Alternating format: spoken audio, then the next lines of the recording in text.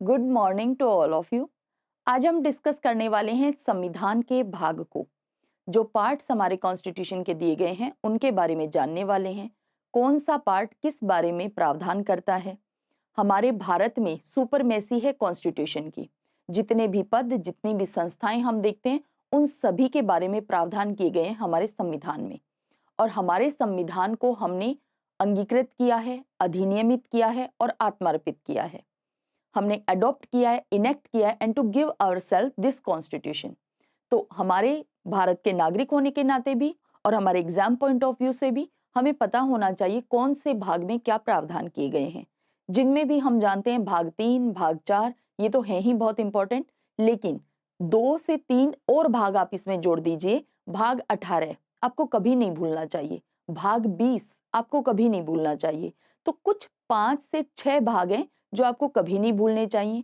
साथ ही साथ आज हम कोशिश करने वाले हैं कि इन भागों की एक सीक्वेंस जनरेट हो जाए, ताकि कौन से भाग में क्या दिया गया है आपके लिए याद करना आसान हो जाए।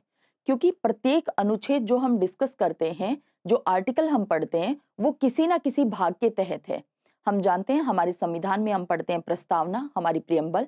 उसके बाद हम पढ़ते हैं भागों को, पार्ट्स को, जिनके अंदर अनुच्छेद दिए गए हैं। और हम पढ़ते हैं शेड्यूल्स को, अनुसूचियों को।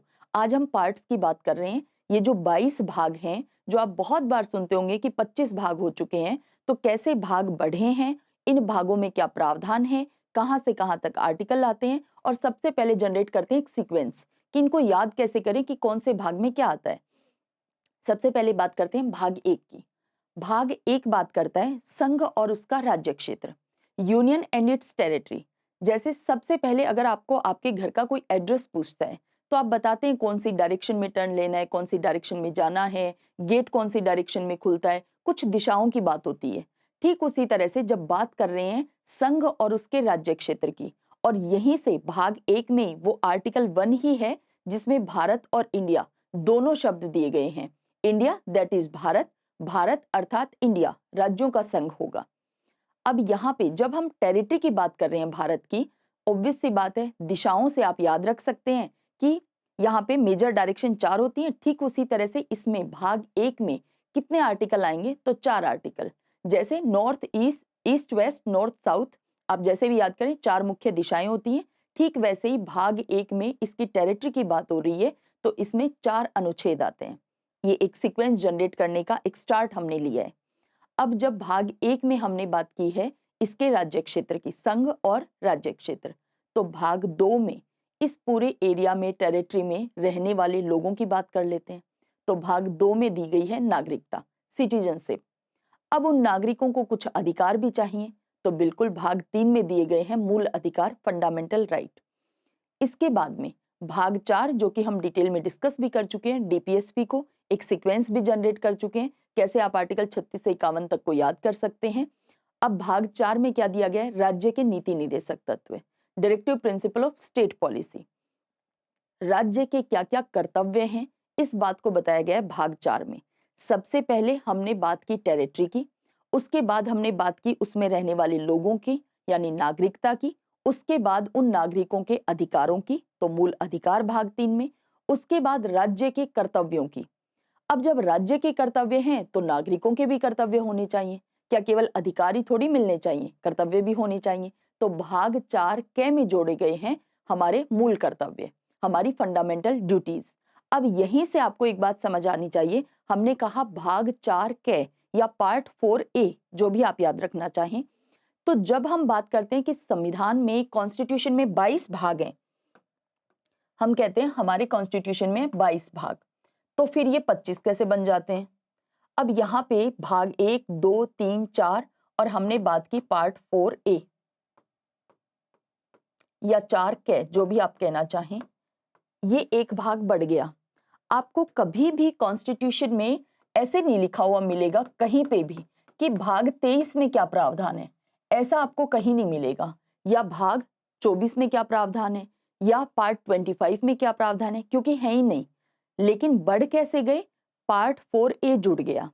इसके अलावा बात करें तो जब हम पढ़ते हैं पंचायतों को, म्युनिसिपैलिटीज को, नगरपालिकाओं को और कोऑपरेटिव सोसाइटीज को, तो ये पार्ट जुड़ गए हैं। भाग 9A जुड़ गया है, 9B जुड़ गया है, लेकिन भाग 7 निरसित भी हो चुका है।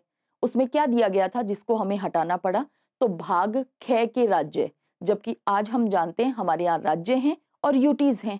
तो भाग के भाग ख इस तरह से जो डिवीजन था राज्यों का, स्टेट्स का, उसकी जरूरत नहीं है। तो ऐसे में भाग 7 निरसित हो चुका है। भाग 9A 9B ऐड हो चुके हैं। हाँ, पंचायतें भी ऐड की गई हैं, लेकिन 25 भाग कैसे बने वो देख रहे हैं। और इसके अलावा पार्ट 14A जुड़ चुका है। तो 4 पार्ट हमने देखा जुड़ चुके हैं, एक पार्ट जो है वो हट चुका है। तो टोटल भाग अभी वर्तमान में कितने हैं? 25। लेकिन कभी भी भाग 23, 24, 25 इस तरह से आपको नहीं मिलने वाला है। पार्ट कैसे बढ़े हैं वो आपको पता चला। अब हम बात करते हैं कि हम एक सीक्वेंस जनरेट करने की कोशिश कर रहे हैं। भाग 1 से लेकर भाग 4 क तक हम पहुंच गए मूल कर्तव्यों तक। अब बात करते हैं भाग 5, जो कि बात करता है द यूनियन, संघ की बात करता है। तो संघ में किसकी बातें हमें करनी है? संघ की कार्यपालिका, संघ की विधायिका, संघ की न्यायपालिका। क्योंकि ऑलरेडी हम देख चुके हैं कार्यपालिका क्या करती है, कौन शामिल होते हैं, विधायिका क्या करती है, कौन शामिल होते हैं, न्यायपालिका किस तरह व्यवस्था है और इसमें किस तरह के प्रावधान है और काम क्या करती है, ये ऑलरेडी डिस्कस कर ही चुके हैं। तो सबसे पहले बात करेंगे हम भाग 5 में संघ की कार्यपालिका, विधायिका और न्यायपालिका की। अब क्योंकि हम जानते हैं कि हमारे यहाँ केवल केंद्र के स्तर पे सरकार नहीं है, सरकार राज्यों के अंदर भी है। तो भाग 6 नेक्स्ट पार्ट में हम बात करेंगे राज्यों की। तो राज्यों की कार्यपालिका, राज्यों की विधायिका और राज्यों की न्यायपालिका की। अब जब केंद्र की बात हो गई, संघ की बात हो गई, जब राज्यों की बात हो गई, तो इसके बाद बात किसकी होनी चाहिए? हमारे यहाँ केंद्र है, राज्य हैं और क्या है? यूनियन टेरिटरीज हैं। तो बिल्कुल इसके बाद में यूनियन टेरिटरीज आती हैं। लेकिन क्योंकि भाग 7 निरसित हो चुका है, तो यूनियन टेरिटरी भाग 6 के बाद यूटीज कहाँ आएंगी? भाग 8 में। ये बात आपको ध्यान रखनी है कि भाग 7 हट चुका है। तो केंद्र की बात की भाग 5 में, राज्यों की बात की भाग 6 में, भाग 8 बात करता है, पार्ट 8 बात करता है यूटीज की। अब क्योंकि हमारे यहाँ सत्ता का विकेंद्रीकरण किया गया है, पावर का डिसेंट्रलाइजेशन, उसके लिए हमने स्थापना की है पंचायतों की, शहरों में म्युनिसिपैलिटीज की और सहकारी समितियां। तो भाग 9 में बिल्कुल पंचायत हैं, भाग 9A में नगर पालिकाएं हैं और भाग 9B में कोऑपरेटिव सोसाइटीज हैं। अब आप सोचिए कि हमने सीक्वेंस किस तरह से देखा है कि भारत और उसकी एक टेरिटरी है, उसमें रहने वाले नागरिक हैं, उन नागरिकों के मूल कर्तव्य हैं, मूल अधिकार हैं पहले, उसके बाद राज्य के कर्तव्य हैं, उसके बाद नागरिकों के कर्तव्य हैं, उसके बाद संघ की कार्यपालिका, विधायिका, न्यायपालिका है यानी संघ। भाग 5 का नाम केवल है संघ, द यूनियन। भाग 6 अब राज्यों की बात कर लो, जो हमारे 28 राज्य हैं उनकी बात कर लो। तो राज्यों की कार्यपालिका, विधायिका, न्यायपालिका। इसके बाद भाग 7 हो गया निरसित। भाग 8 में यूटीज की बात कर ली। भाग 9 में सत्ता के विकेंद्रीकरण की, लोकल सेल्फ गवर्नमेंट की, स्थानीय स्वशासन की बात कर ली। अब भाग 10 में किसकी बात करें? तो इन सब के अलावा हम जानते हैं अनुसूचित और जनजाति क्षेत्र भी तो हैं और उनका भी अपना महत्व है। तो उनके लिए बात की गई भाग 10 के अंदर। अब इन सब व्यवस्थाओं के बाद में फिर से आ जाइए, भाग 11 किसके बारे में प्रावधान करता है? भाग 11 कहता है कि इन सब व्यवस्थाओं के बारे में तो पढ़ लिया, जान लिया, अनुच्छेद दे दिए, प्रावधान कर दिए। अब बताइए केंद्र और राज्यों के मध्य संबंध की बात होगी, वो कहाँ करें? तो भाग 11 में क्या दिया गया है? केंद्र और राज्यों के संबंधों की बात की गई है। इसके बाद संबंध हम जानते हैं बिना वित्त के तो चल ही नहीं सकते, चाहे वो हमारे घर में हो, चाहे वो हमारे देश में हो, चाहे राज्य के हो और केंद्र के साथ। तो केंद्र राज्य संबंधों के ठीक बाद भाग 12 में बात की गई है वित्त की, फाइनेंस की। तो वित्त की बात भाग 12 में। अब आप सोचिए, वित्त, संपत्ति, ये संविदाएं, वाद, ये सब भाग 12 के अंदर आता है। और जो आर्टिकल, जो मूल अधिकार हमसे भाग 3 से निकाल करके हटा दिया गया है, उसे जोड़ा भी कहा गया है इसी भाग 12 में, अनुच्छेद 300A, उसके बारे में जानेंगे। पहले हम एक सीक्वेंस भागों के जनरेट कर रहे हैं। केंद्र राज्य संबंध भाग 11 है। संबंध कैसे चलेंगे? वित्त से चलेंगे। तो वित्त, फाइनेंस के बारे में प्रावधान भाग 12 में किया गया है। अब वित्त कैसे, हम फाइनेंस कैसे प्राप्त करते हैं, कैसे हमारे पास संपत्ति आती है, कैसे वित्त आता है? जब हम व्यापार वाणिज्य करते हैं। तो बिल्कुल भाग 13 बात करता है भारत के अंदर के व्यापार की, वाणिज्य की, ट्रेड की, कॉमर्स की। इसके बाद आ जाइए भाग 14।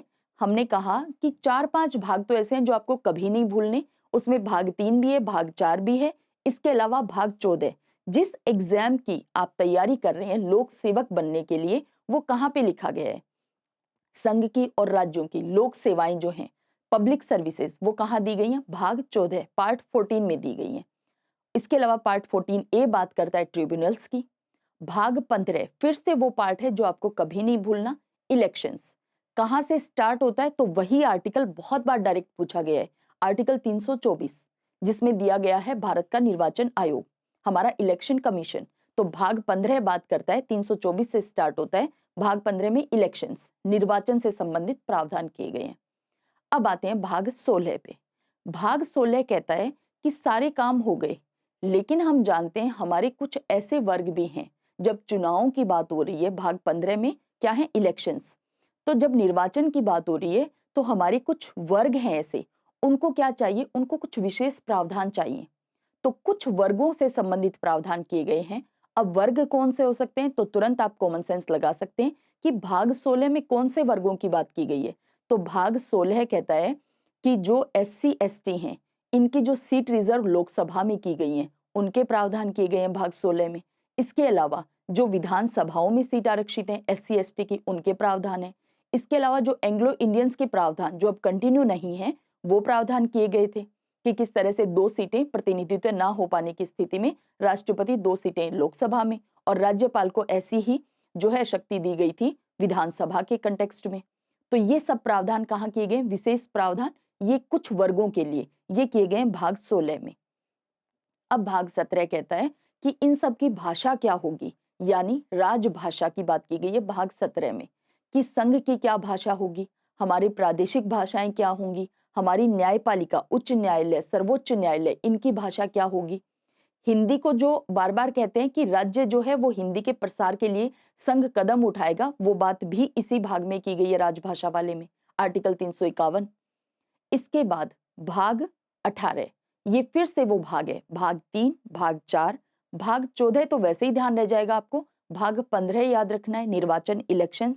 इसके बाद भाग 18 और 20 हमेशा याद रहने चाहिए आपको, इंपॉर्टेंट है।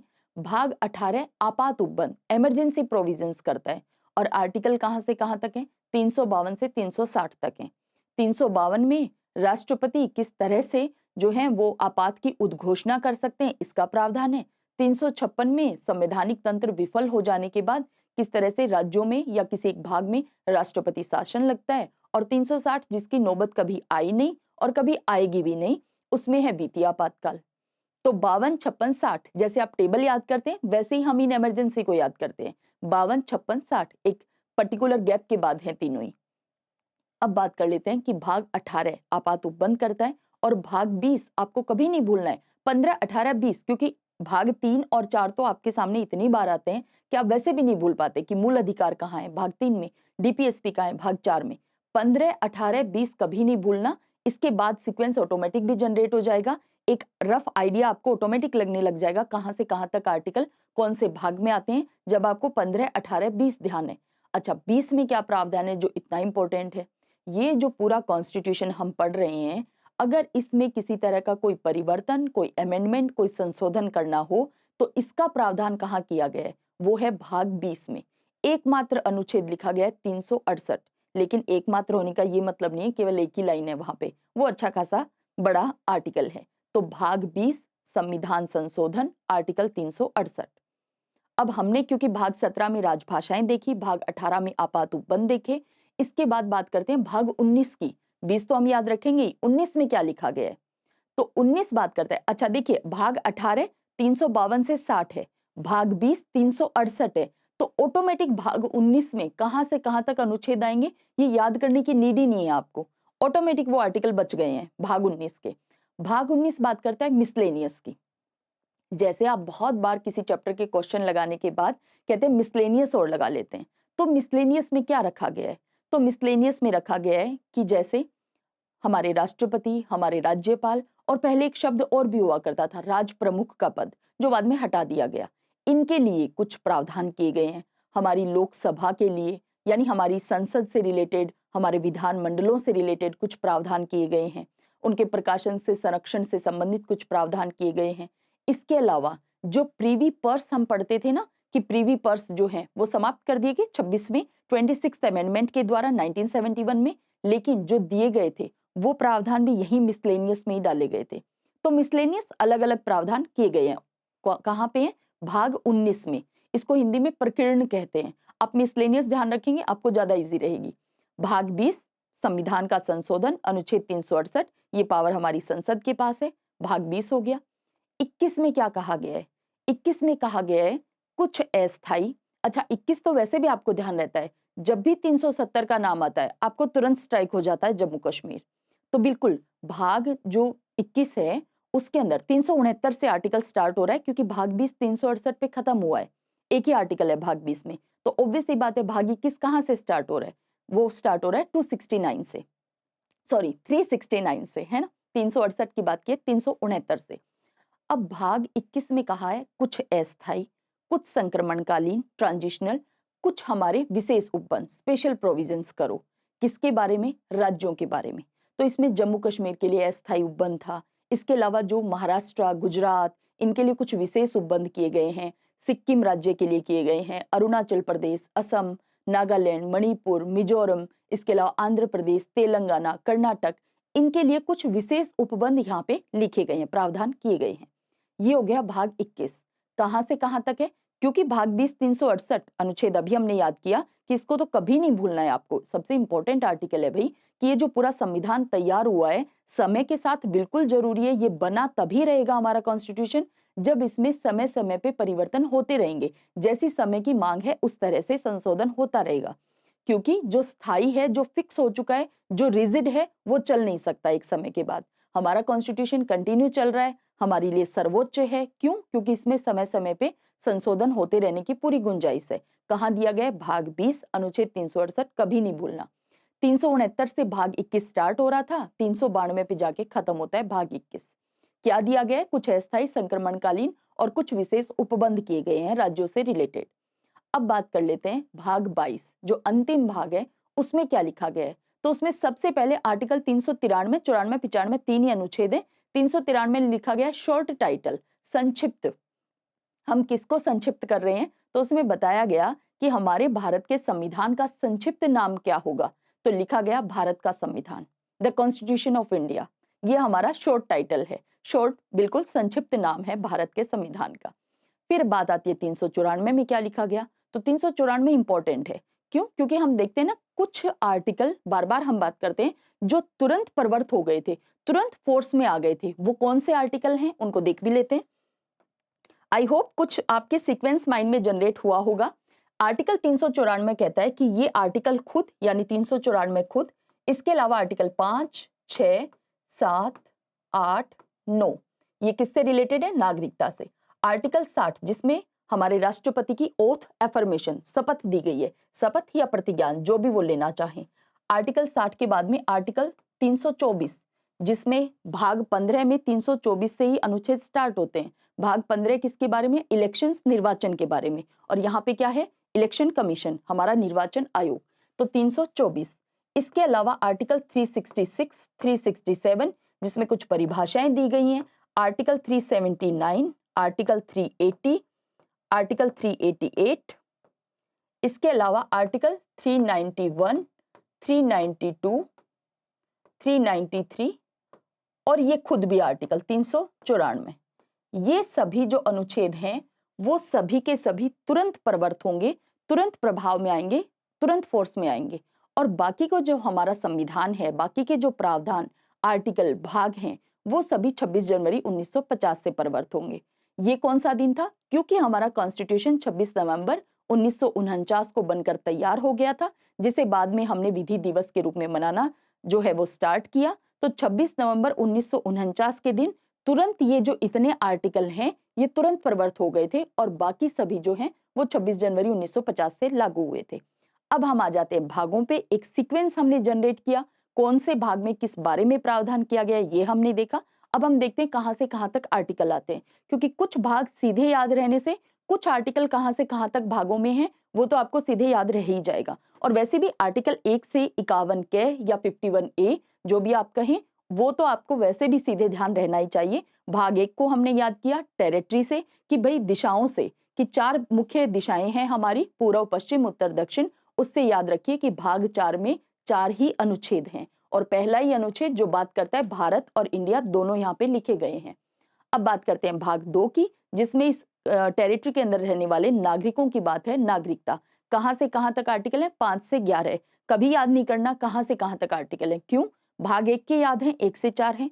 भाग 3 भूलना ही नहीं है कभी, कहाँ 12 से लेकर 35 तक है। ऑटोमेटिक बच गए 5 से 11 नागरिकता के अंदर। भाग 3 जो मूल अधिकार हमें दिए गए हैं, 12 से लेकर 35 तक अनुच्छेद हैं। आर्टिकल 12 में राज्य शब्द को परिभाषित किया है। कारण क्या है? मूल अधिकार हूं, डीपीएसपी हूं, बार बार राज्य शब्द आता है कि यहाँ पे राज्य को रोका गया है। और जब डीपीएसपी की बात आती है तो राज्य के कर्तव्य बताए गए हैं, ड्यूटीज बताई गई हैं। तो बार बार ये जो स्टेट वर्ड आता है तो हम कहीं कंफ्यूज ना हो जाएं कि राज्य मतलब ये जो वर्तमान में 28 राज्य इनकी बात हो रही है क्या? नहीं, देश, राज्य, कंट्री, बहुत बार इनकी जो है राज्य शब्द काम में ले लिया जाता है किसी एक कंट्री के लिए। तो यहाँ पे राज्य शब्द में कौन कौन शामिल होगा वो बताया गया है, जो कि डीपीएसपी की क्लास में हम ऑलरेडी डिस्कस कर चुके हैं। तो 12 से 35 तक, तो 12 में राज्य की परिभाषा है। फिर हमें दिए गए हमारे मूल अधिकार। हमारे संविधान लागू होते समय हमारे पास कितने मूल अधिकार थे, यानी कह सकते हैं जब संविधान बना तब कितने फंडामेंटल राइट थे हमारे पास? तो टोटल 7 थे। संपत्ति के अधिकार को हटा दिया गया, आर्टिकल 31 में था संपत्ति का अधिकार, हटा दिया। कहां डाल दिया उसे? जो संपत्ति हमने वर्ड पढ़ा भाग 12 में, फाइनेंस, प्रॉपर्टी, वित्त, संपत्ति, समुदाय, वाद, भाग 12 के तहत। तो 300 ए, आर्टिकल 300 ए के तहत अब रख दिया है प्रॉपर्टी को। ए जुड़ा है क्योंकि अमेंडमेंट के द्वारा जोड़ा गया है। अब कितने बचे हैं फिर हमारे पास फंडामेंटल राइट? अब बचे हैं 6। कौन कौन से बचे हैं? समानता का अधिकार है, स्वतंत्रता का है, इसके बाद में है शोषण के विरुद्ध अधिकार, फिर है हमें धार्मिक स्वतंत्रता का अधिकार, फिर हमें है संस्कृति और शिक्षा संबंधी अधिकार, और फिर सबसे प्रभावी, इन बाकियों को प्रभावी बनाने वाला अधिकार, संवैधानिक उपचारों का अधिकार। क्योंकि जब तक संवैधानिक उपचारों का अधिकार नहीं होगा तब तक बाकी अधिकार उतने प्रभावी नहीं हो सकते केवल लिख देने की वजह से। ये ठीक वही बात है जैसे कोई डिजीज है, उसके बारे में पता चल गया और उसके बारे में जांच भी हो चुकी, लेकिन उसका ट्रीटमेंट नहीं उपलब्ध है। जैसे कोरोना आया था, जैसे कुछ डिजीज होती हैं जिनका ट्रीटमेंट तुरंत नहीं प्रोवाइड हो पाता। तो जब तक उपचार नहीं है तब तक केवल डिजीज के बारे में पता लग जाने से क्या समाधान हो सकता है? ठीक वैसे केवल बाकी सभी अधिकारों को लिख देने से, अगर उन अधिकारों को एक्सरसाइज या कोई अगर हमसे हमारे राइट्स अधिकार छीन ले, ऐसी स्थिति में अगर हम समाधान ना कर पाए, ट्रीटमेंट ना कर पाए, उपचार ना कर पाए, तो उन अधिकारों का क्या फायदा हमारे लिए हुआ? तो इन बाकी अधिकारों को प्रभावी करने के लिए अनुच्छेद 32 संवैधानिक उपचारों का अधिकार सबसे महत्वपूर्ण बन जाता है अपने आप में। समानता का अधिकार कहां से कहां तक है? तो आर्टिकल 14 से 18, 14 से लेकर 18 तक दिए गए समानता का अधिकार। उसके बाद 19, 20, 21 और 21 ए और 22 ये दिए गए हमारे जो स्वतंत्रता के अधिकार हैं उसके तहत। इसके बाद शोषण के विरुद्ध अधिकार, अनुच्छेद 23, आर्टिकल 23 और 24 बात करता है शोषण के विरुद्ध अधिकार की। धर्म की स्वतंत्रता, आर्टिकल 25, 26, 27 और 28, जिसमें दी गई है हमारी धार्मिक स्वतंत्रता। इसके बाद में आर्टिकल 29 और 30 में दिए गए संस्कृति और शिक्षा संबंधी अधिकार। 31 को हटा दिया गया है। अनुच्छेद 32 में लिखे गए हैं संवैधानिक उपचारों के अधिकार। इनको याद करने का क्या तरीका हो सकता है वो हम एक क्लास में सीक्वेंस जनरेट कर चुके हैं ऑलरेडी। आर्टिकल 1 से 51 ए तक को, 51 तक को, और फिर 51 ए फंडामेंटल ड्यूटीज को अलग पढ़ रखा है हमने। तो 51 तक को याद कैसे करें? डीपीएसपी अभी हमने डिस्कस किया है, तो ये सारी चीजें हम ऑलरेडी डिस्कस कर चुके हैं। तो वहां पे जाके देखना कि किस तरह से याद करें कि समानता के अधिकार के तहत 5 अधिकार दिए, 5 अनुच्छेद आते हैं। कैसे याद करें कि स्वतंत्रता के तहत 4 आर्टिकल आते हैं। कैसे याद करें शोषण के विरुद्ध अधिकार के तहत 2 आर्टिकल आते हैं। कैसे याद करें धर्म की स्वतंत्रता से रिलेटेड 4 अनुच्छेद दिए गए हैं। कैसे याद करें कि हमारी जो संस्कृति और शिक्षा संबंधी अधिकार है उनमें 2 आर्टिकल आए हैं, और फिर 32 है ही है। चलिए अब बात करते हैं भाग 4, जिसको हम पढ़ ही चुके हैं। डीपीएसपी राज्य की नीति के निर्देशक तत्व है, अनुच्छेद 36 से 51 तक है, और यहाँ पे राज्य के कर्तव्यों को बताया गया है। भाग 4 के जो बात करता है मूल कर्तव्यों की, कि भी एक एरिया है उसमें नागरिक हैं, उनके मूल अधिकार हैं, राज्य के कर्तव्य हैं, अब नागरिकों के भी कर्तव्य होने चाहिए। तो भाग 4 के में जोड़ा गया है अमेंडमेंट के द्वारा आर्टिकल 51 के या 51A। इसके बाद में हमने बात की भाग 5। अब ये वो भाग है जिसमें चैप्टर्स भी दिए गए हैं, अध्याय भी दिए गए हैं। भाग 5 में 5 अध्याय हैं, भाग 6 में 6 अध्याय हैं, राज्यों के अंतर्गत 6 अध्याय हैं। अब यहाँ पे अध्यायों में क्या क्या दिया गया है, बहुत सिंपल सी बात है, आपको तुरंत क्लिक हो जाएगा। देखिए, संघ की बात की गई है, अनुच्छेद कहाँ से कहाँ तक है, तो क्योंकि 51 क पे अभी हम भाग 4 के समाप्ति करके आए हैं, तो article 52, there shall be a president of India, Bharat का एक राष्ट्रपति होगा। ये उन छोटे से आर्टिकल में से है, जैसे 52, जैसे आर्टिकल 63, भारत का एक उपराष्ट्रपति होगा। इसके अलावा अभी हमने देखा आर्टिकल 393 बहुत छोटा है, इस संविधान का क्या नाम होगा संक्षिप्त में, तो भारत का संविधान। तो ये बहुत छोटे आर्टिकल हैं, एक एक लाइन के, बिल्कुल 52, 63, 393। तो यहाँ पे आर्टिकल 52 से ये भाग 5 स्टार्ट हो रहा है और 151 तक 100 आर्टिकल है, लेकिन वैसे 100 नहीं है, 52 से 151 तक की हम बात कर रहे हैं, क्योंकि वैसे तो इनमें और क्लॉज जुड़ते चले जाते हैं, तो नंबर ऑफ आर्टिकल्स बढ़ जाते हैं। अध्याय 1, इसमें क्या बात की गई है, संघ की सबसे पहले कार्यपालिका। 52, भारत का एक राष्ट्रपति होगा।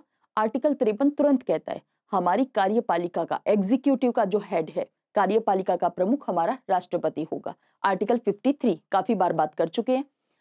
अब यहाँ पे इंपॉर्टेंट बात क्या है कि इस कार्यपालिका में शामिल कौन कौन होता है। अगर क्वेश्चन आपसे पूछ लिया जाए कि भारत की जो संघ की जो एग्जीक्यूटिव है, क्योंकि ठीक इसी तरह से राज्यों की भी एग्जीक्यूटिव है, कार्यपालिका है, तो संघ की कार्यपालिका में कौन शामिल है, राष्ट्रपति, उपराष्ट्रपति, मंत्रिपरिषद, काउंसिल ऑफ मिनिस्टर्स और भारत का महान्यायवादी, the attorney general of India. और राज्यों की बात आए तो अब आप तुरंत राष्ट्रपति की जगह राज्यपाल, मंत्रिपरिषद की जगह मंत्रिपरिषद, इसके अलावा यहाँ पे महान्यायवादी है, वहां पे महाधिवक्ता है। तो यही चीजें सेम, लेकिन वहां उपराष्ट्रपति की जगह कुछ नहीं है। अब यहाँ पे मंत्रिपरिषद, अब आपको लग सकता है कि जब भी कार्यपालिका की बात आती है तो हम कहते हैं मोटा मोटी तौर पे ये मंत्री और प्रधानमंत्री, बार बार चेहरा तो प्रधानमंत्री का दिखता है, नाम मात्र के प्रमुख राष्ट्रपति को हम कहते हैं, काम सारे प्रधानमंत्री कर रहे होते हैं, दिखते वो रहते हैं, तो प्रधानमंत्री कहाँ गए कार्यपालिका में से। तो ध्यान देना है, आर्टिकल 74, 75 जिनमें बार बार कहा गया है मंत्रिपरिषद प्रधानमंत्री सहित। इसका मतलब आर्टिकल 74 क्या कहता है कि राष्ट्रपति को सहायता और सलाह देने के लिए, to aid and advise our president, राष्ट्रपति को सहायता और सलाह देने के लिए एक मंत्री परिषद होगी जिसका प्रधान प्रधानमंत्री होगा। तो इसका मतलब मंत्री परिषद में शामिल होते हैं हमारे प्राइम मिनिस्टर। ठीक वैसे ही राज्यों के अंदर मंत्री परिषद, काउंसिल ऑफ मिनिस्टर्स में शामिल होते हैं चीफ मिनिस्टर। और आर्टिकल 75 क्या कहता है, प्रधानमंत्री सहित मंत्री परिषद की कुल संख्या हमारी लोकसभा की कुल संख्या का 15% से ज्यादा नहीं हो सकती। इसका मतलब मंत्री परिषद में कितने सदस्य होते हैं, तो आप तुरंत निकाल सकते हैं, कहा गया है लोकसभा की कुल सदस्य संख्या का 15% से ज्यादा नहीं होगा। अब आप ये निकाल के देख लेना। इसीलिए सामान्यतः 60, 65, 70, 80, 81 तक हमें क्या देखने को मिलते हैं, मंत्री देखने को मिलते हैं, क्योंकि मंत्री परिषद में, काउंसिल ऑफ मिनिस्टर्स में इतने ही मैक्सिमम हो सकते हैं, ये इससे एक्सीड नहीं कर सकते संख्या में, यही बात लिखी भी गई है। तो प्रधानमंत्री सहित मंत्री परिषद। तो जब बात आती है काउंसिल ऑफ मिनिस्टर्स की, इसका मतलब अगर संघ की मंत्री परिषद की बात हो रही है, प्रधानमंत्री शामिल है, अगर राज्यों की मंत्री परिषद की बात हो रही है, मुख्यमंत्री शामिल है। अब बात कर लेते हैं विधायिका की, ऑलरेडी डिस्कस कर चुके हैं। भारत की संघ की विधायिका का मतलब है हमारी संसद, और आर्टिकल 79 स्पष्ट कहता है भारत की संसद राष्ट्रपति और 2 सदनों से मिलकर बनेगी, लोकसभा और राज्यसभा से। वहीं से ये चैप्टर 2 स्टार्ट हो रहा है। भाग 5 की हम बात कर रहे हैं, जिसको आगे वापस डिवाइड किया है 5 अध्यायों में, 5 चैप्टर्स में। पहला अध्याय बात करता है कार्यपालिका, एग्जीक्यूटिव की, 52 से 78 तक उसमें अनुच्छेद हैं। हाँ, आपको इतना डिटेल में नहीं जाना, लेकिन क्योंकि जैसे ही बात आती है संसद की, आपको आर्टिकल 79 याद रहना चाहिए, कुछ कुछ आर्टिकल सीधे आपको पता रहना चाहिए। तो यहाँ पे 79 में संसद की बात की गई है, 80 के अंदर हमारी राज्यसभा की संरचना, 81 के अंदर लोकसभा की संरचना। इस तरह से संसद हमारी विधायी शक्ति, हमारी विधायिका, हमारी लेजिस्लेचर, मतलब हमारी पार्लियामेंट। तो संसद किससे मिलकर बनती है, बार बार डिस्कस कर चुके हैं, इंपॉर्टेंट भी है। 79 से 122 तक इसके अंदर आर्टिकल आते हैं, 79 से 182, ये है अध्याय 2। अब बात करते हैं अध्याय 3 की, जो कि राष्ट्रपति की विधायी शक्ति है, अध्यादेश राष्ट्रपति जारी कर सकते हैं। ठीक इसी तरह भाग 6 में भी प्रावधान है राज्यपाल के लिए, ऑर्डिनेंस के लिए, अध्यादेश जारी करने के लिए। यहाँ अध्याय 3 है भाग 5 का, भाग 6 का अध्याय 4 है, यहाँ आर्टिकल 123 है, वहां अनुच्छेद 213 है। देखिए भाग 5 और भाग 6 लगातार सिमिलरिटी चलती हैं, इसीलिए हम पढ़ते कैसे हैं, प्रधानमंत्री, मुख्यमंत्री, मंत्री परिषद, राष्ट्रपति, राज्यपाल, हमारे केंद्र की या संघ की कार्यपालिका, हमारे राज्यों की कार्यपालिका, संघ की विधायिका, हमारे राज्यों की विधायिका। तो ठीक मैनर में यहाँ पे महान्यायवादी हैं, वहां महाधिवक्ता हैं, तो सिमिलरिटी चलती हैं। तो जो बात राष्ट्रपति, हाँ नो डाउट केंद्र पूरे देश के लिए संघ की, तो ऐसे में उसकी जो अधिकार क्षेत्र है, जो पावर्स हैं वो बढ़ जाती हैं, चाहे वो कार्यपालिका की हो, विधायिका की हो, न्यायपालिका की हो। सुप्रीम कोर्ट वैसे भी हमारे यहाँ न्यायपालिका कैसी है, इंटीग्रेटेड है, एकीकृत है। सुप्रीम कोर्ट का निर्णय बाकी सभी कोर्ट्स पे लागू होता है। एकीकृत न्यायपालिका का मतलब यहाँ पे सर्वोपरि कौन है, हमारा सुप्रीम कोर्ट है, उससे नीचे आते हैं हाई कोर्ट और उससे नीचे आते हैं सबऑर्डिनेट कोर्ट। तो यहाँ पे संघ की कार्य न्यायपालिका है, फिर राज्यों की न्यायपालिका है, समानता दिखती है। ठीक वैसे ही जब 123 यानी जब भी आप दौड़ते हैं, ये आर्टिकल तो हमेशा आपको इसी तरह याद करवाया जाता है कि जब भी आप दौड़ लगाते हैं, आप क्या कहते हैं 1 2 3, हाँ आप कुछ और कहते होंगे वो अलग बात है, 1 2 3।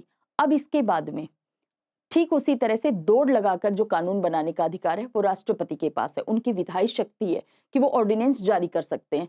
ठीक उसी तरह बस एक डिजिट चेंज करनी है, 1 2 को 2 1 बनाना है, 213 में दे दिया गया है राज्यपाल के लिए, ठीक इसी प्रकार की पावर। अब बात करते हैं अध्याय 4, ये संघ की न्यायपालिका, आर्टिकल 124 से 147 तक। उसके बाद में क्योंकि कैग के लिए प्रावधान आप सीधे ध्यान रखते हैं 148 से 151, 148 से 51 तक भारत का नियंत्रक महालेखा परीक्षक, जिसे हम शॉर्ट में कैग कह देते हैं। अब बात करते हैं राज्यों की, सीक्वेंस जनरेट हो रहा है, सबसे पहले टेरिटरी, उसके बाद में नागरिक, फिर उनके मूल अधिकार, फिर राज्य के कर्तव्य, फिर नागरिकों के कर्तव्य, फिर संघ की कार्यपालिका, विधायिका, न्यायपालिका। अब बात करते हैं राज्यों की कार्यपालिका, विधायिका और न्यायपालिका। तो सबसे पहले राज्य कहाँ से स्टार्ट हो रहा है, ये भाग 6, ये स्टार्ट हो रहा है आर्टिकल 152 से लेकर 237 तक। अध्याय 1 सामान्य, अध्याय 2 कार्यपालिका 153 से स्टार्ट होती है, 167 तक है। हमारे लिए इंपॉर्टेंट क्या है, कार्यपालिका में, राज्य की कार्यपालिका में शामिल कौन होता है, तो राज्यपाल शामिल होता है, मंत्री परिषद, राज्य का महाधिवक्ता, और कुछ सरकारी कार्यों का संचालन भी इसी कार्यपालिका के अंतर्गत दिया गया है भाग 6 के अंदर। अब बात करते हैं राज्यों का विधानमंडल। हम सभी जानते हैं विधानमंडल का मतलब संसद, राष्ट्रपति और 2 सदनों से मिलकर बनती है। ठीक उसी तरह से राज्यपाल और विधानमंडल, लेकिन विधानमंडल में 2 सदन हो ये जरूरी नहीं। बहुत से राज्य हैं, अब ये आपका होमवर्क है, आपके राज्य में दोनों सदन हैं क्या, विधान परिषद और विधानसभा, या केवल एक ही सदन है विधानसभा।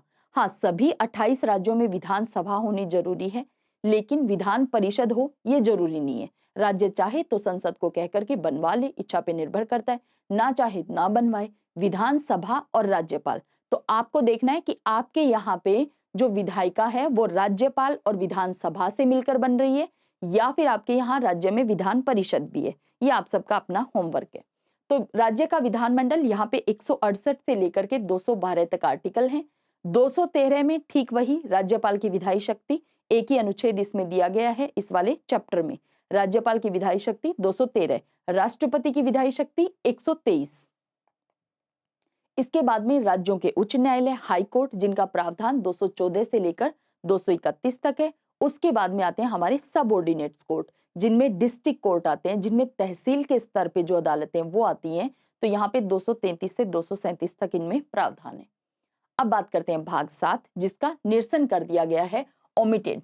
इसमें 200 अनुच्छेद 238 था, अब इसका कोई महत्व नहीं है। भाग 6 के राज्य थे जिनका कोई महत्व नहीं है, अब वो डिवीजन ही नहीं बचा।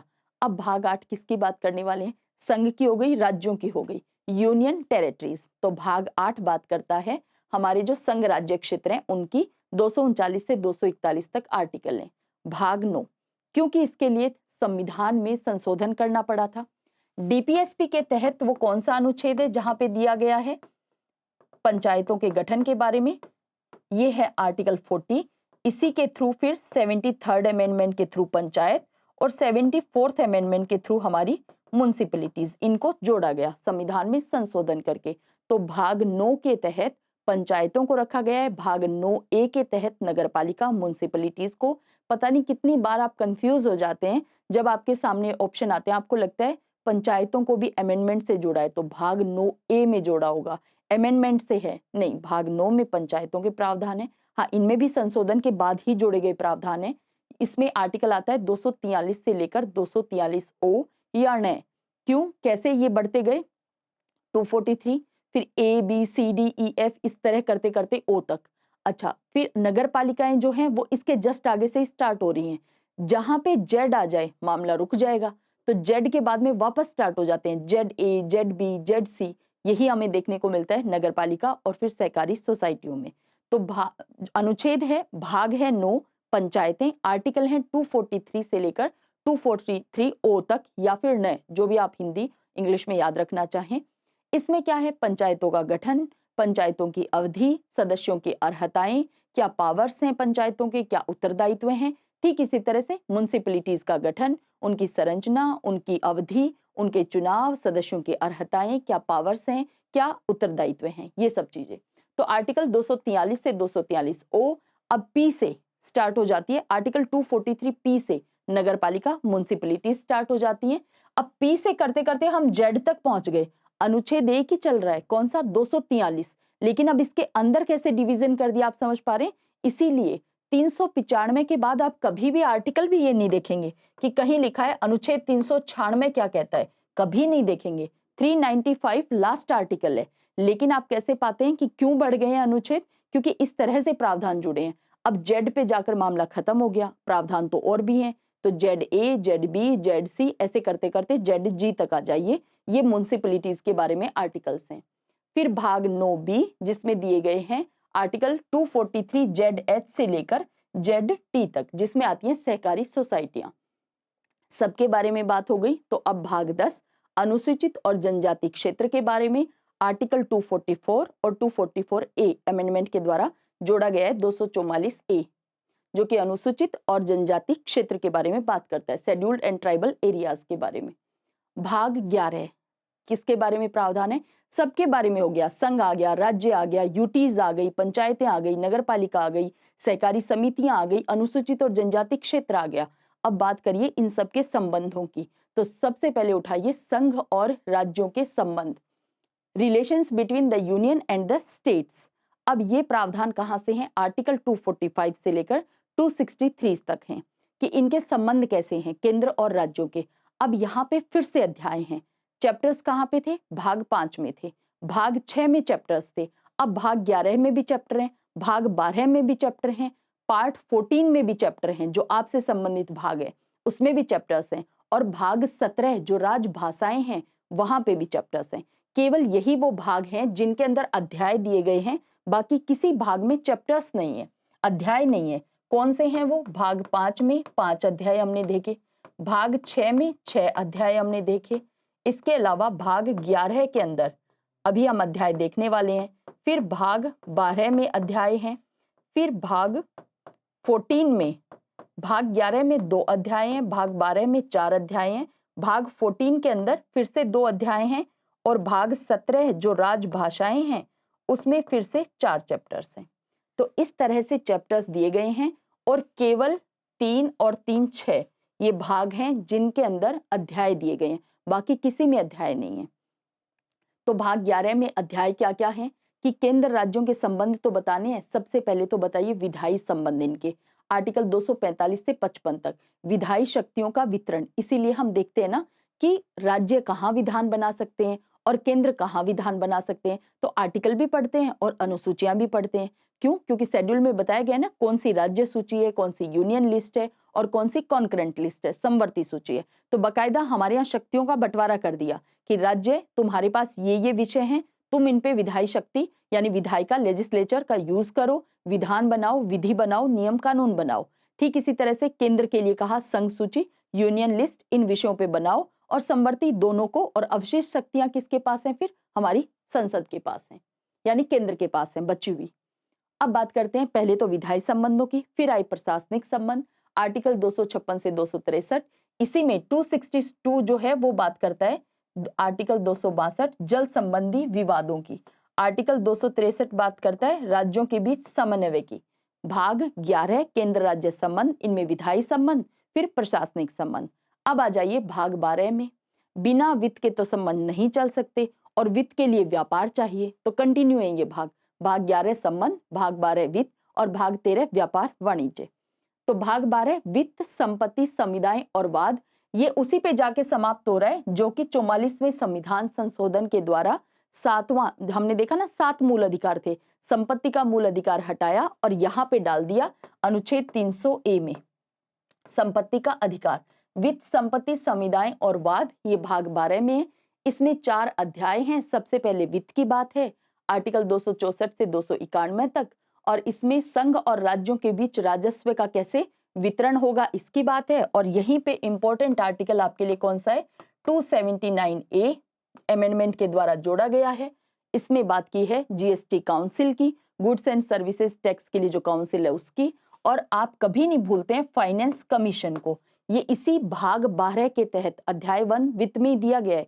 भाग 12 जब वित्त की बात कर रहा है तो वित्त आयोग आर्टिकल 280, आप कभी नहीं भूलते ना वित्त आयोग फाइनेंस कमीशन को, तो वो यहीं पे है, क्योंकि ये कहां से 264 से 291 तक है। फिर इसके अंदर संघ और राज्यों के बीच राजस्व का वितरण कैसे होगा, कुछ मिसलेनियस फाइनेंशियल प्रोविजन भी ऐड किए गए हैं। इसके अलावा उधार लेना, संपत्ति, समुदाय, अधिकार, दायित्व, बाध्यताएं और वाद दिए गए हैं। संपत्ति का अधिकार जिसकी हम बात कर रहे थे, आर्टिकल 300A किसके तहत आता है, अध्याय ना भी ध्यान रहे, भाग 12 के तहत वित्त, संपत्ति, समुदाय और वाद। अब बात करते हैं भाग 13। वित्त कब आ सकता है, संपत्ति कब आ सकती है, जब हम व्यापार वाणिज्य करें।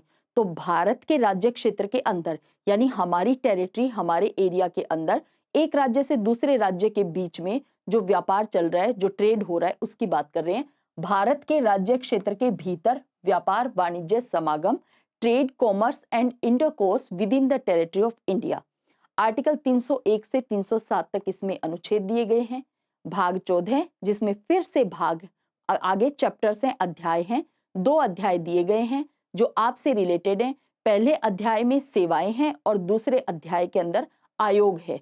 आप पढ़ते हैं ना UPSC, union public service commission, जो आयोग है उसका भी प्रावधान है। जो राज्यों के अंदर आयोग हैं, संघ, एक तो संघ लोक सेवा आयोग है, एक राज्यों के लोक सेवा आयोग होते हैं जो हर राज्य के अपने हैं, तो उनकी बात की गई है। तो इन दोनों चैप्टर्स की बात की गई है। संघ और राज्यों के अधीन सेवाएं, आर्टिकल 312 तो आप कभी वैसे ही नहीं भूलते होंगे, अखिल भारतीय सेवाएं 312, और 315 में ये आयोग दिए गए हैं, संघ लोक सेवा आयोग और राज्यों के लोक सेवा आयोग। तो आर्टिकल 308 से लेकर 323 तक भाग 14 में प्रावधान है और इसमें 2 चैप्टर हैं, 2 अध्याय हैं।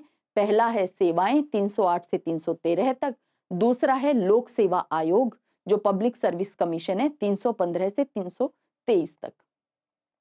इसके बाद में ट्रिब्यूनल्स हैं, भाग 14 के अंदर अधिकरण या ट्रिब्यूनल्स हैं 223 में, आर्टिकल में 223A और B। अब ये फिर से इंपॉर्टेंट आर्टिकल, इंपॉर्टेंट भाग और इंपॉर्टेंट आर्टिकल।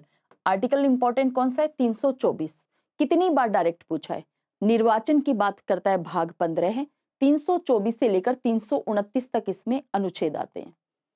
भाग 16 कुछ वर्गों के बारे में, जैसे SC ST को लोकसभा में रिजर्वेशन, इसके अलावा विधानसभाओं में जो सीट आरक्षित हैं, इसके अलावा कुछ एंग्लो इंडियंस के लिए जो प्रावधान किए गए थे जो अब कंटिन्यू नहीं है, जैसे 2 सीट लोकसभा में राष्ट्रपति नॉमिनेट करते थे, राज्यपाल को विधानसभा में 1 सीट नॉमिनेट करने का अधिकार था अगर एंग्लो इंडियन का प्रतिनिधित्व नहीं हो पा रहा ऐसी स्थिति में। तो कुछ वर्गों से संबंधित, तो वो वर्ग कौन से हो सकते हैं, कॉमन सेंस लगा ले जाएंगे आप। भाग 16 है कुछ वर्गों से संबंधित जिसमें SC ST आप ध्यान रखेंगे। अनुच्छेद 330 से लेकर 342A या क तक इसमें आर्टिकल हैं। भाग 17 राजभाषा, संघ की क्या भाषा होगी, हमारे जो प्रादेशिक भाषाएं हैं वो क्या होंगी, हमारी सुप्रीम कोर्ट की, हाई कोर्ट की क्या भाषा होगी, और कुछ विशेष उपवन। तो 4 इसके अंदर अध्याय हैं। राजभाषा भाग 17 में है, अनुच्छेद 343 से 351 तक है। सबसे पहले संघ की भाषा है, फिर प्रादेशिक भाषाएं हैं, फिर उच्चतम न्यायालय और उच्च न्यायालयों की भाषा है। उसके बाद में ये विशेष निर्देश जो स्पेशल डायरेक्टिव्स दिए गए हैं, ये क्या है, आर्टिकल 350A की प्राथमिक शिक्षा जो है वो मदर टंग में, मातृभाषा में दी जाए। इसके अलावा 351 क्या कहता है, संघ जो है वो हिंदी के प्रसार के लिए काम करे। तो हिंदी के लिए बात कहाँ की गई है? 351 के तहत। यहीं पे ये भाग राजभाषाएं समाप्त हो जाता है 351 पे, क्योंकि भाग 18 वो भाग है जो आपको कभी नहीं भूलना। 352 से 360 आपात उपबंध किए गए हैं। 352 से 60 इमरजेंसी प्रोविजंस हैं। 52 में राष्ट्रपति जो हैं वो किस तरह से हमारे आपात की उद्घोषणा करेंगे, इसका प्रावधान किया गया है। संवैधानिक तंत्र विफल हो जाने की स्थिति में 356 में प्रावधान है, और वित्तीय आपातकाल 360 में, जो ना कभी लगा है, और जिस तरह से हम काम करते हैं और जो हमारी पॉलिसीज रहती है ना कभी लगेगा। भाग 19 मिसलेनियस, प्रकीर्ण याद रखें या मिसलेनियस।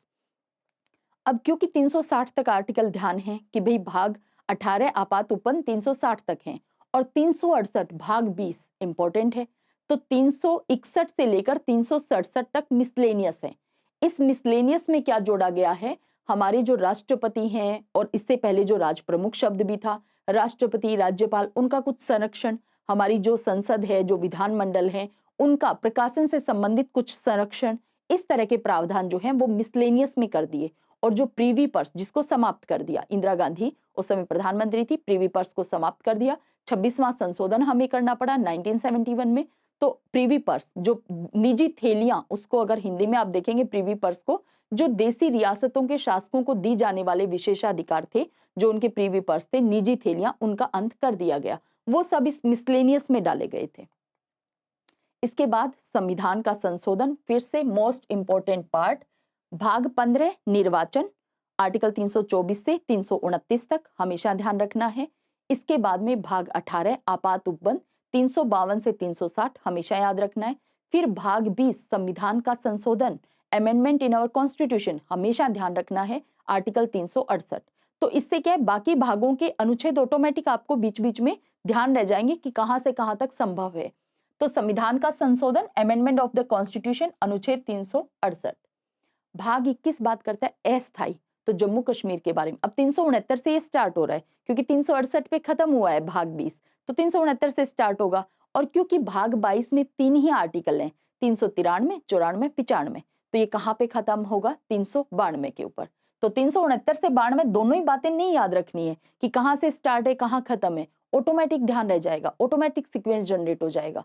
तो यहाँ पे 370 की हम बात करते ही हैं बहुत बार। तो ऐसे में अस्थायी उपबंध जम्मू कश्मीर के लिए, विशेष उपबंध हमने बात की महाराष्ट्र, गुजरात, इसके अलावा आंध्र प्रदेश, तेलंगाना, हमारी नॉर्थ ईस्ट के जो स्टेट हैं, सिक्किम, इसके अलावा असम की भी बात हमने की थी, अरुणाचल प्रदेश की बात की थी, इसके अलावा मणिपुर, मिजोरम, इनसे रिलेटेड कुछ प्रावधान, नागालैंड से, तो कुछ विशेष उपबंध, स्पेशल प्रोविजन किए गए हैं यहाँ पे राज्यों से रिलेटेड। भाग 22 अनुच्छेद 393 से स्टार्ट होता है। सबसे पहले यहाँ पे ये देख रहे हैं ना, संक्षिप्त नाम, संक्षिप्त नाम किसका बताना है भाई? हमारे संविधान का।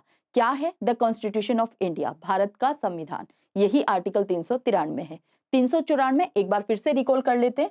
394 में कहा गया कि 394 खुद, इसके अलावा आर्टिकल 5, 6, 7, 8, 9 जिसमें नागरिकता है, इन सभी में, क्योंकि 5 से लेकर 11 तक भाग 2 सिटीजनशिप के तहत है।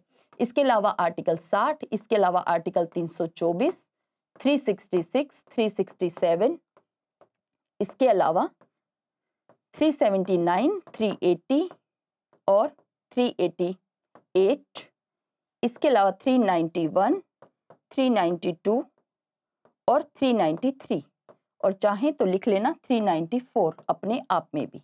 ये बात 394 में लिखी गई कि ये सारे जो आर्टिकल हैं वो तुरंत प्रवर्त होंगे। अब बात करते हैं 395 में, ये जो यहाँ पे लिखा है ना, ये हिंदी में प्राधिकृत पाठ भी 394 में लिखा गया है। ये निरसन किसका है? ये हम रिपील किसको कर रहे हैं, किसको हटा रहे हैं हम संविधान से? तो आर्टिकल 395 में कहा कि ये जो भारत स्वतंत्रता अधिनियम 1947 है और जो भारत शासन अधिनियम 1935 है, इसके सभी प्रावधान और ये खुद में निरसित होते हैं, खत्म होते हैं, रिपील होते हैं। ये बात 395 में लिखी गई। तो ये थे हमारे 395 आर्टिकल, ये हमारे 22 भाग थे। एक सीक्वेंस हमने जनरेट करने की कोशिश की कि किसके बाद में क्या भाग में प्रावधान आ सकता है। कुछ भाग और आर्टिकल आपको सीधे ध्यान रखने हैं, बार बार आपको भाग 15, 18, 20 के लिए कहा है। पार्ट 14 आपके खुद के एग्जाम से रिलेटेड है, वो नहीं भूलना है। भाग 3, 4 हैं ही अपने आप में इंपॉर्टेंट, वो वैसे ही आप ध्यान रखते हैं। तो भाग 15, 18, 20 पे मैं एम्फेसिस दे रही हूँ ताकि भाग 20 क्या है, 19 क्या, सॉरी भाग 19 में कहाँ से कहाँ तक आर्टिकल है, 21 में कहाँ से कहाँ तक है, याद रखने की जरूरत ही नहीं है, अपने आप रह जाएंगे। ठीक है, तो ये थे भाग। आई होप आपने क्लास को एंजॉय किया है और अब आपके लिए भाग, आर्टिकल, प्रावधान पढ़ना और आसान हो जाता है जब आपका एक बेस, एक स्ट्रक्चर बन जाता है इन भागों का कि कहाँ पे क्या प्रावधान है। तो चलिए मिलते हैं फिर नेक्स्ट क्लास में। जय हिंद, जय भारत।